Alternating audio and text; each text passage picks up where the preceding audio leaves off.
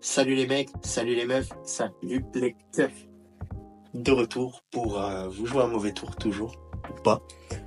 Mais en tout cas pour parler de choses sérieuses et arrêter les vidéos à la con, genre je réponds aux critiques. On va parler de la droite internet. Voilà, vous pouvez prendre ça comme un épisode 1.5 d'ailleurs de ma série sur pourquoi la droite sera toujours une éternelle perdante en France. Tant que ça se passe comme ça. Bref, je m'éparpille un peu trop sur cette intro. Hein. Allez, générique. Hey, si ce milieu te brise à mort, c'est pas que ton destin, c'est de prendre cher. La drogue un paradis seulement danger quand tu prends le jet d'un étranger. Ta maladie mal écrit quoi, c'est pourquoi ton existence te brise tant. À l'abri de ta triste enfance, tu parais distante quand t'es dans tes prises d'enfer. Donc, comme dans l'intitulé, on va parler de ce qui va pas dans la droite internet française et bien évidemment de la censure de pas mal de comptes de cette droite internet récemment. Le grand guide suprême d'Instagram et du groupe Meta, plus largement, j'ai nommé Zuckerberg, a décidé de nous faire un petit cadeau de rentrée en éclatant pas mal de pages de droite sur ces réseaux, sur Instagram en particulier. Et pas mal de gens ont hurlé à la censure, au secours, ma page elle est morte, nanana, bref, voilà. Moi je vais pas vous mentir, j'ai kiffé, hein, puisque déjà c'est pas la droite internet qui a subi un strike, mais certaines pages qui étaient problématiques pour le coup. Du coup, le groupe Meta a sévi et a éclaté pas mal de pages. Alors, on va commencer petit pour parler des pages qu'on sautait. Alors tout d'abord, il y a la page de ASLA, Association de soutien aux lanceurs d'alerte, qui a sauté. Alors a priori, ça fait page neutre comme ça, genre tu vas aller sur leur page, tu te dis, je sais pas, ça va soutenir des lanceurs d'alerte, style Julian Assange ou Chelsea Manning, si je dis pas de bêtises, la personne trans qui avait balancé des dossiers sur l'armée américaine aussi, ou Edward Snowden. Enfin bref, des lanceurs d'alerte pour le coup.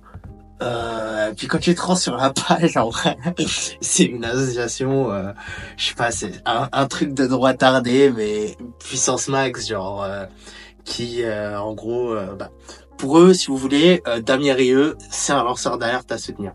Voilà, ça vous laisse imaginer le niveau de la page.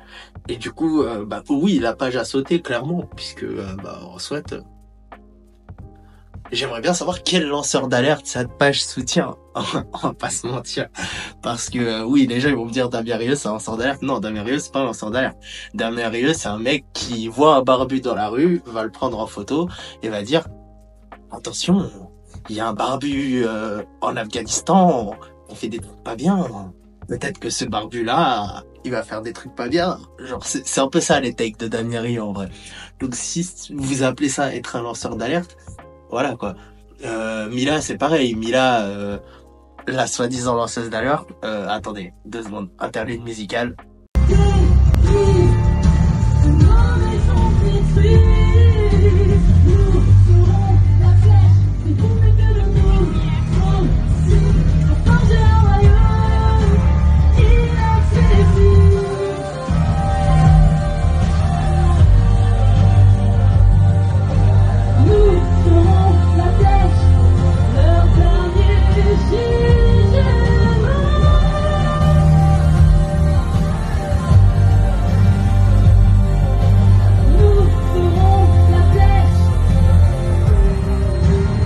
Vous devez écouter. Bref. Donc ouais, Mila lanceuse d'alerte, pareil, non. Mila, c'est genre une meuf qui vit recluse depuis des années, par rapport à quelque chose de malheureux, hein, attention, et qui se permet d'aller dans une matinale dire qu'il y a des brigades de mœurs dans des lycées sans source. Voilà. Une lanceuse d'alerte. Bref, il y a Asla qui a sauté, mais en vrai, c'est normal. Bon après, leur page est revenue puisqu'en vrai, elle a pas un impact énorme. Ensuite, il y a la page du média Frontière qui a sauté sur Insta. Alors, le média Frontière, pour le coup, anciennement Livre Noir, je suis partagé. Parce que Eric Tegner, déjà, voilà, c'est un enfant de putain. On va pas se cacher. On va pas sortir des périphrases ou quoi, hein, c'est un enfant de putain. Cocaïnomane, qui fait des attouchements sur ses alternantes, bref. Vous inquiétez pas, la montagne de dossiers, elle est comme ça. Attaque, Morico. Plus sérieusement, je suis partagé là-dessus parce qu'en vrai, par exemple, leurs entretiens, ils sont bons. Genre, ils invitent des gens en entretien. Ça fait un peu Thinkerview de droite. Et en vrai de vrai, bah, leurs entretiens sont bons.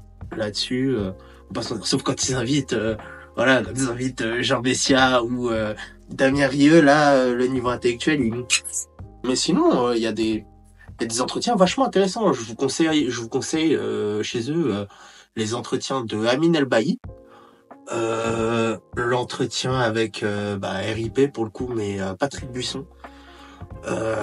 Et il y en a un avec comment il s'appelle le gauchiste là, avec Bégodeau. Voilà, il y a Bégodeau qui est parti chez Livre Noir. Et du coup, il y a un peu contradiction, tout ça. Franchement, ces 3 entretiens-là, pour le coup, c'est des masterclass. Et il y en a pas mal d'autres.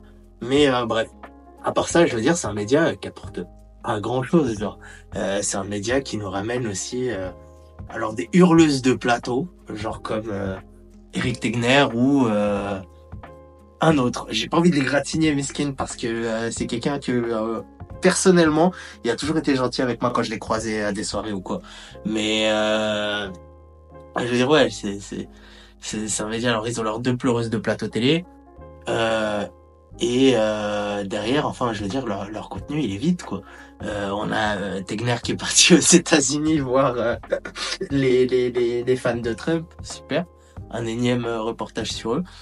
Et alors ils t'ont inventé un truc, genre le génocide des Blancs en Afrique du Sud. Alors pour le coup, il y a un racisme systémique envers les Blancs en Afrique du Sud. Ça, c'est une réalité. Ils ont du mal à trouver du travail, certaines classes, etc. et tout.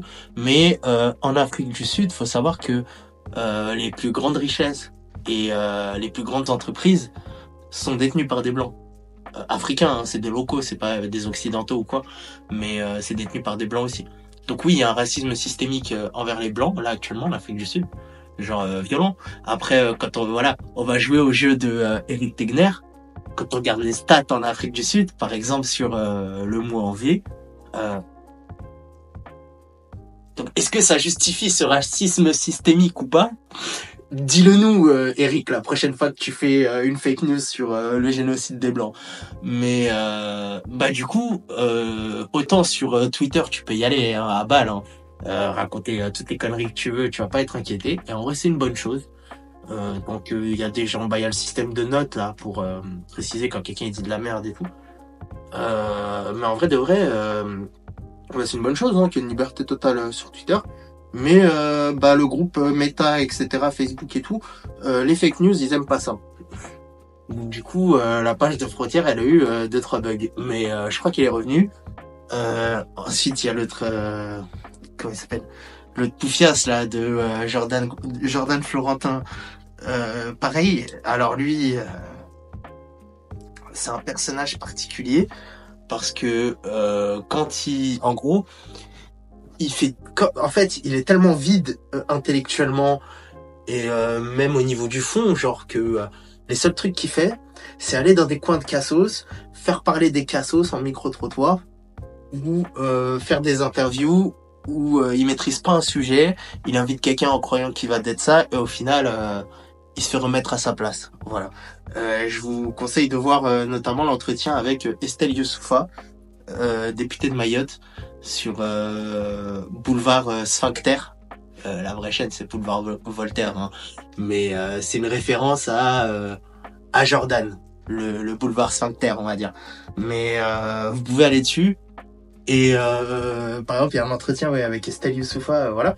Ou sinon il va dans une cité ou dans une manif LGBT etc. Enfin là où il sait qu'il va se faire reconnaître et se faire démarrer.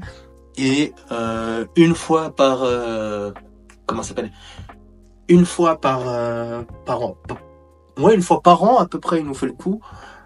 Il va se faire démarrer quelque part. Voilà, c'est un peu le mannequin crash test de la droite internet. Et d'ailleurs à ce sujet-là, ça va être un des premiers reproches que je vais faire à la droite internet en vrai. Et puisque cette vidéo en fait, c'est vraiment comment dire, une salve de missiles envoyée sur la droite internet. Mais la vidéo d'après, vous verrez, elle sera plus positive envers la droite internet, puisque là, je vais parler des gens que j'aime bien. Donc si vous avez l'esprit un peu malin, ceux que j'égratine pas dans cette vidéo, c'est que je les aime bien. Bref. Le Jordan, à l'époque, il nous avait fait le coup avec Yacine Bellatar, notamment. Hein, où à l'époque, il était allé à un spectacle de Yacine Bellatar.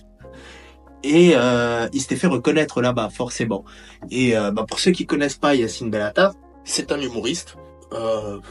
Pas gaulerie de ouf. Moi, je vous avoue...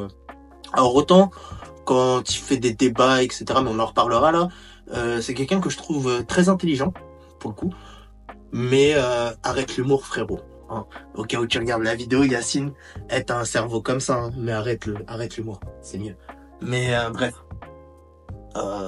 Il était parti à un spectacle de Yacine Bellatar.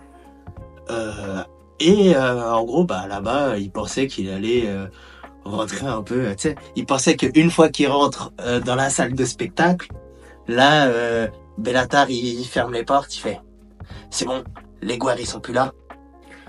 Parlons de notre plan pour les remplacer. » Genre, littéralement, je pense que c'est ce qu'il s'attendait à voir.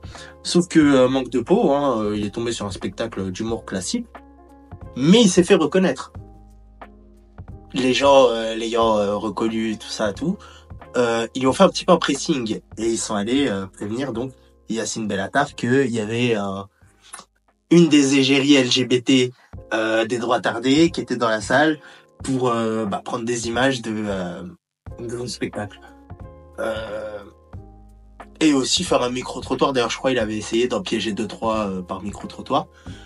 Et grosso modo, Yacine Bellatar, il a fait un truc normal en fait.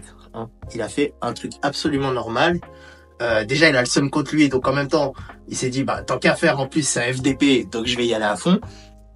Il a appelé sa sécurité, il a vidé la salle, et il a enfermé le Jordan. Il a dit au Jordan, monte tes images, simplement. Jordan, il était un peu en panique, en mode... Et en gros, d'ailleurs, il y a la vidéo, vous savez, sur VA+, je crois qu'il y a toujours la vidéo de tout ça. Et énorme CSC d'ailleurs d'avoir laissé la vidéo sortir. Et en fait, on voit que Bellatar, il a fermé. Et en fait, il est dans son droit légitime parce qu'en fait, on n'a pas le droit. Vous savez que même quand vous allez au cinéma, par exemple, vous n'avez pas le droit de filmer et tout, nanana, puisque c'est une propriété intellectuelle, là, culturelle pour le coup. L'œuvre, le spectacle de Yacine Bellatar, il a peut-être pas envie que son spectacle y fit, encore moins sur Boulevard 5 Terre. Et à l'époque, je crois, c'était sur Livre Noir. Mais bref. Du coup, le Jordan, il est en PLS. Au final, Yacine Bellatar, il a appelé la police. Hein. Donc, c'est pas vraiment le comportement de quelqu'un qui a envie de lui faire une dinguerie au Jordan. Hein. Mais du coup, il a appelé la police. Et tout simplement pour vérifier qu'il s'est pas fait voler des images, en fait. Et le Jordan, en plus de s'être pissé dessus, il est parti sans sa trottinette. Détail important. Puisque derrière... il avait monté tout un canular, comme quoi Yacine Bellatar l'aurait séquestré, menacé au nom d'Allah, etc. Et violenté aussi, apparemment il l'aurait frappé, mais on voit dans la vidéo, à un moment, il lève son doigt un peu proche de sa tête, mais c'est tout, quoi. Et il lui aurait pété sa trottinette. Non, il lui a pas pété sa trottinette. Jordan l'a détalé comme une petite et t'as laissé ta trottinette. Et ton pantalon plein de pique. Donc, son compte a sauté tout simplement puisque c'est un fake newser à répétition. Et à un moment, il y en a marre, quoi. Et du coup, bim, Insta lui a sauté son compte, mais pareil, je crois qu'ils lui ont remis pour le coup lui. Il y a qui d'autre? Il y a Alice Cordier. Son compte il a sauté, mais je m'exprimerai pas sur Alice Cordier parce que c'est quelqu'un en vrai que j'ai pu rencontrer une fois ou deux, qui est très gentil. Genre, et juste parce que c'est quelqu'un qui est très gentil, sur cette chaîne, vous me verrez jamais insulter Alice Cordier. Mais ce que je peux dire, c'est que elle a participé un peu au cyberharcèlement de la boxeuse algérienne médaillée d'or olympique Iman Khalif. Et il y a une plainte qui a été déposée par Iman Khalif et ses équipes, que je connais bien d'ailleurs et que j'embrasse. Je sais que vous regardez mes vidéos et vous faites partie de ma micro fanbase. Voilà, il faut savoir que les équipes d'Iman Khalif font partie de ma micro fanbase. Que voulez-vous? Mais bref, il y a une plainte qui a été déposée par elle, donc je pense que c'est lié à ça, pour le coup. Voilà. Mais j'en dirai pas plus sur elle. Alors autant, des fois je vais balancer des bastos au collectif Nemesis, mais en vrai c'est une meuf gentille pour Alice Cordier. Bref. Next. Le plus gros morceau des comptes qu'on sauté. Voilà. Et ce compte-là qui a sauté, c'est un peu un compte qui m'a fait me vénère sur la droite internet, justement. Je pense que c'est le compte qui m'a le plus foutu la haine, dans le sens où, pour moi, ce compte contribuait à débiliser la droite. Quand je dis la droite, c'est pas les gens qui sont en place, etc., les propositions qui sont faites, puisqu'en vrai, par exemple, le RN bosse bien, en vrai. LR bosse bien. D'ailleurs, ils ont fait un petit braquage avec Barnier. Reconquête cool. Est-ce que c'est une mauvaise nouvelle? Ça, vous jugez. Mais je veux dire, grosso merdo, la droite s'en sort bien, en vrai de vrai. Et c'est cool. Hein, on va pas se mentir. Et de droite, en particulier sur Internet, elle est de plus en plus toxique. Notamment par rapport au contenu qu'il leur est proposé.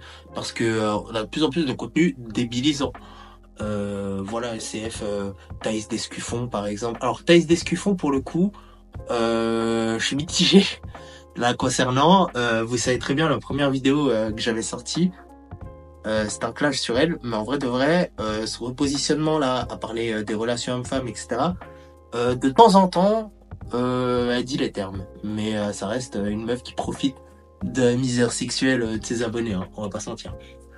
Parenthèse étant faite sur Thaïs Descuffon. Le compte dont je vais vous parler, c'est Occidentis, voilà. Pour ceux qui ont connu ce compte RIP. En fait, c'est un compte méga problématique, genre dans le sens où en gros ça bombardait de news à balles, mais des news souvent incomplètes et incitant à la haine. On va pas se mentir, c'était un compte d'incitation à la haine quotidienne.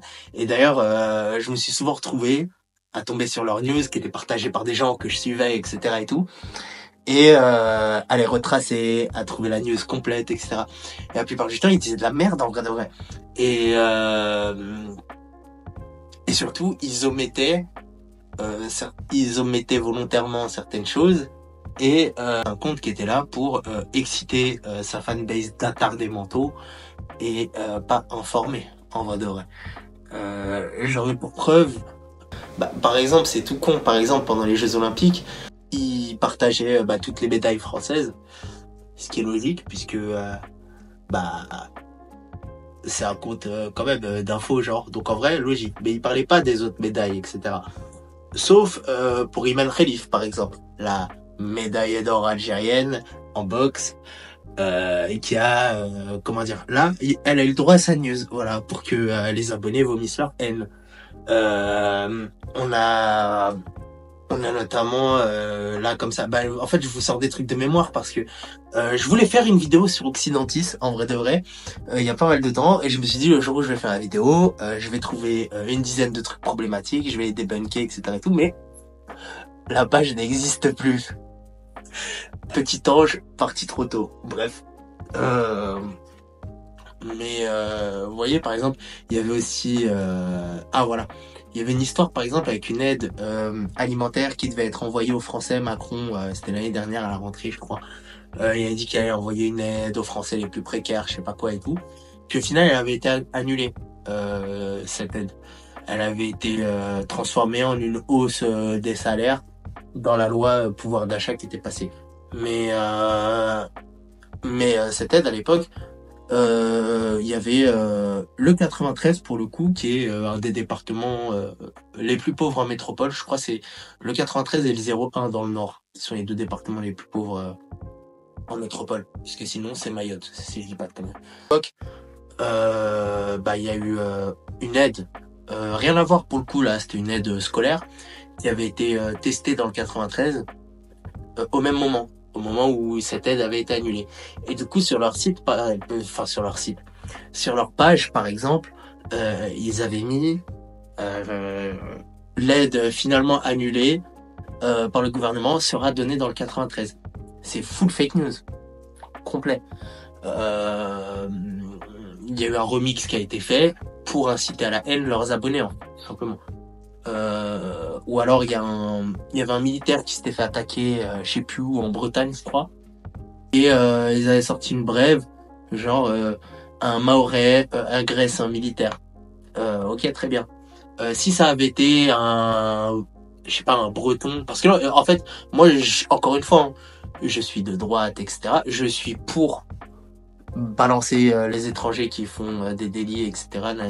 Et même les balancer direct dans un avion, tiens, cadeau, tu fais pas ta peine de prison et tu dégages chez toi, t'as vu. Voilà.